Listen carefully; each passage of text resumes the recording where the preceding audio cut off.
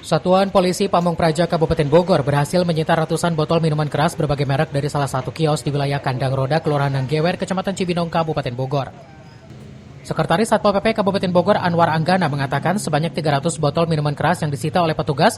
Kegiatan tersebut merupakan bagian dari operasi penyakit masyarakat atau PEKAT yang rutin dilaksanakan untuk menjaga suasana kondusif selama Ramadan. Ratusan botol miras yang disita berbagai merek itu selain tidak memiliki izin penjualan juga sebagai langkah preventif dalam mencegah potensi gangguan keamanan yang dipicu oleh minuman beralkohol.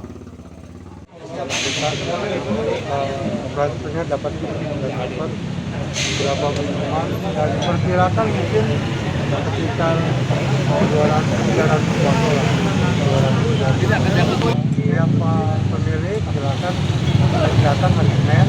Kami punya PPN-nya, PPN nah diminta acara, setelah itu kita bawa ke kantor Satpol PP Bogor, dapat Pak Pemilik mungkin hadir. Sementara hasil operasi ratusan botol miras yang disita oleh petugas selanjutnya dibawa ke Mako Pol PP untuk didata kembali dan akan segera memanggil pihak penjualnya. Dari Sukaraja, Kabupaten Bogor, Suhanda Abriji melaporkan.